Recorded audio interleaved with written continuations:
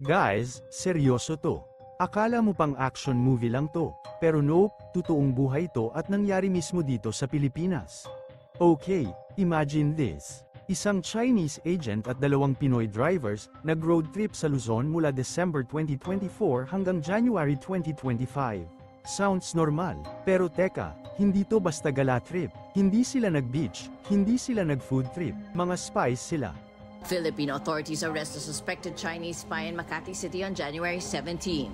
2 of the suspect's Filipino accomplices were also caught. This was announced during a joint media briefing by the National Bureau of Investigation, the Department of Justice, and the Armed Forces of the Philippines. Sino nga ba sila? Deng Yuanqing, Jojo Besa, at Jason Fernandez. 3 tao na nag-drive ng 35 days sa Luzon. Pero eto ang twist.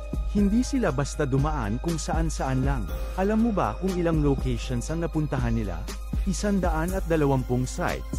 At hindi lang yun, hindi sila nagpunta sa mga sikat na spots. Ang mga pinuntahan nila, EDCA sites, military bases, ports, at energy facilities. As in, mga high-security areas na may kinalaman sa depensa at ekonomiya ng bansa. Nung nahuli po natin, isang Chinese national, it's PLA University Science and Technology, which is controlled and operated by the People's Liberation Army. Nung nahuli po natin, ay isa siyang specialist in terms of control engineering. Isipin mo to, kung may ibang bansa na palihim na nagmamanman sa ating military at energy sites, hindi ba yun sobrang delikado?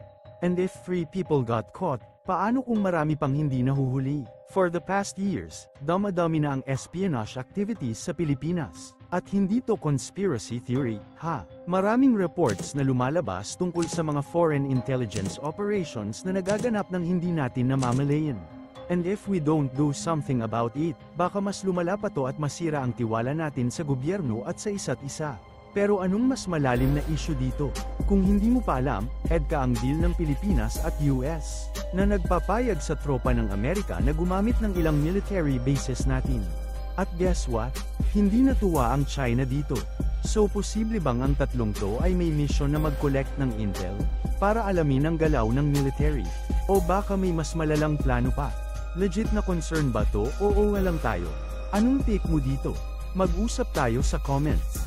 This is something na hindi natin pwedeng baliwalain. Totoong buhay to.